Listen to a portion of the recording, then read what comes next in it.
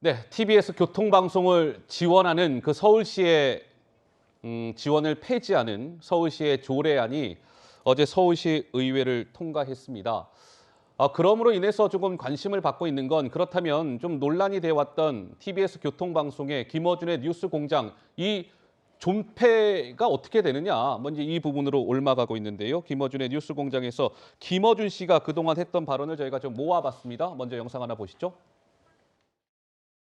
당시에 또 상당히 눈에 띄었던 그 부분이 하얀 바지. 저도 이제 그때 당시에 로퍼를 페라가모를 신고 있었어요. 그 페라가모 로퍼라는 게 금속 말발굽 장식이 달려 있잖아요. 예, 예. 예, 그래서 이제 한눈에 알아봤다. 본인도 신고 있었고 온 가족이 잔인하게 사냥을 당하던, 그래서 철저하게 외면을 당하던 상황에 학생보다 우리 사회 어른들 100만 배는 비겁하다. 본인이 본인에게 약속했던 대로 뜻한 바를 이루기를 빌며 조민 씨에게 뉴스공장에서 띄웁니다.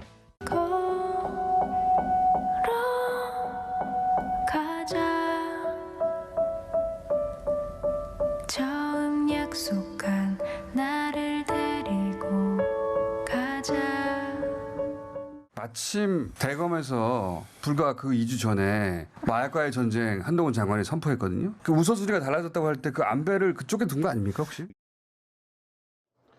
자, 서울시의 이제 교통방송에 서울시가 지원하는 그 조례안이 이제 통과가 된 건데 서울시가 교통방송에 지원하는 예산이 이제 없어진다 이거죠. 핵심은. 연간 예산에 500억 원 정도 되는데 TBS가요. 근데 70% 이상이 서울시 출연금에 의존을 합니다. 그런데 내년에는 한 232억 정도만 받을 수 있다네요. 하게 한 50% 정도만 지원이 되는 거라고 하고 핵심은 내후년부터입니다. 이제 조례가 통과되는데 당장 내년부터 시행되는 게 아니라 내후년부터 적용이 되는데 2024년부터 TBS에 대한 서울시의 송 본부장님 지원이 그러면 영원이 되는 겁니까? 영원? 내년에는 50%. 50%. 그러니까 지금 예. 320억 정도인데 내년에는 한 150억 정도가 되고 2024년부터는 제로가 됩니다. 제로가 되면은 70% 지원이 끊기면은 교통방송이 운영을 해 나갈 수 있느냐. 그 문제 또 뭐 대폭 형태를 바꾸든지 해야 될 텐데 물론 지금 논쟁이 되고 있는 것이 이 정치적 중립성 문제예요. 정치 중립성 문제로 대표적인 프로그램이 김어준 씨 프로그램을 이야기를 하는데 김어준 씨는 조금 전에 뭐 페라가모 이런 것도 있지만 최근에 이태원 그 12구 참사 때도 뭐 작년에는 뭐 일방 통행을 했다고 하고 저 사실이 아닌 걸로 밝혀졌죠.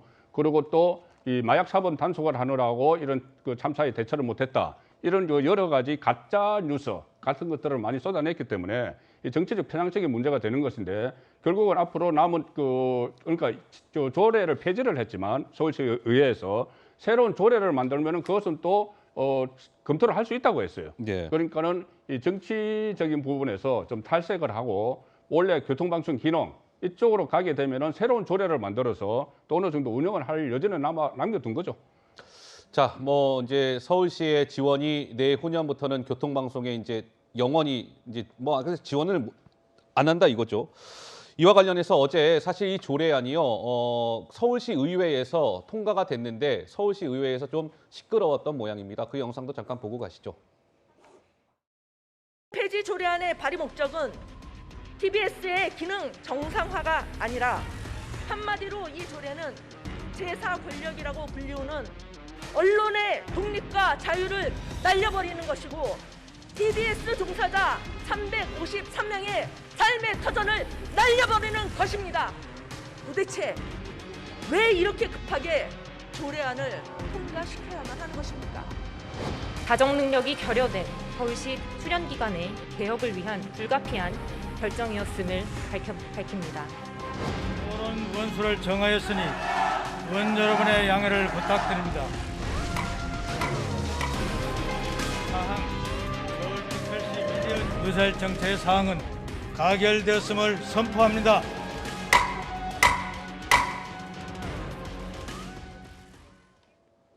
저런 논란 끝에 어쨌든 그 조례안이 통과가 됐습니다.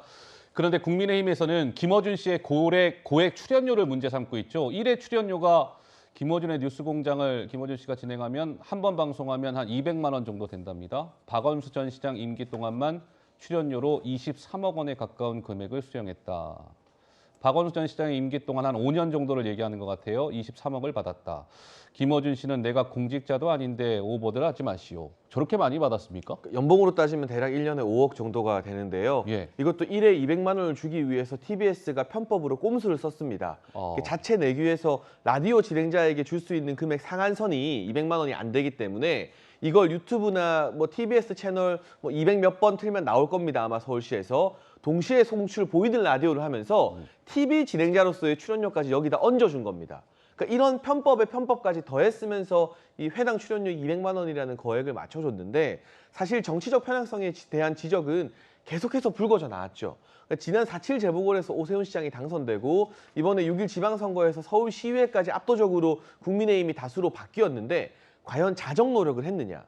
이번에 사의를 표명한 이강택 사장 같은 경우는 김어준 씨의 방송에 대해서 자정 노력, 자구책을 마련하기는커녕 예산은 줄어드니까 김어준 방송을 살리기 위해서 외부 전문가들이 출연하던 프로그램을 대폭 축소하는 편성을 결행했습니다. 결국 김어준 지키고자 외부 전문가들이나 프리랜서 작가들의 파이가 TBS에서 줄어드는 것인데요. 이런 모습까지 보이면서 뉴스공장을 어떻게든 사수하려고 했기 때문에 자정작용이 없다, 자정작용의 의지가 없다고 판단해서 서울시의회에서 이러한 결정을 내리게 된 것 같습니다. 네, 한민수 대변인 말씀하시죠. 이 서울시 조례는 결국은 이제 문을 닫게 하겠다는 것 같아요. 이렇게 조례가 통과됐으니까 이제 지원금이 끊기면은 문을 닫겠죠. 그리고 그 이후에 뭐 다른 새로운 뭐 오세훈 시장이 만들지는 모르겠습니다만은, 근데 이미 TBS는 언론의 기능을 하고 있지 않습니까? 근데 상당히 중요한 또 방송 언론, 방송 매체의 기능을 하고 있는데 이게 좀 말씀하신 대로 무슨 편향성이랄지 무슨 왜곡된 뉴스가 있으면 그거를 바로잡을 수 있는 기능들이 많이 있습니다. 방통위도 있고 뭐 방심이랄지 여러 기관이 있는데 그걸 통해서 하는 게 맞지. 이렇게 이제 반대도 하는데 강행해가지고 조례를 통과시켜서 네. 여기 근무하신 분들도 많이 있을 텐데 하루아침에 일자리까지 없애면서 이렇게 하는 방법이 이건 다수의 사람들 볼 때는 언론 탄압이나 이런 생각이 들 것 같고요. 저는 뭐 김어준 씨가 얼마 이렇게 받느냐가 많냐 적냐를 떠나서 이 김어준의 뉴스공장 프로가 이 동시간대 라디오 프로그램 중에 가장 청취율인가요? 청취율, 예. 제일 높지 않습니까? 그러면 거기에 맞춰서 책정되지 않았을까 하는 생각이 듭니다. 알겠습니다. TBS 교통방송 얘기해봤고요.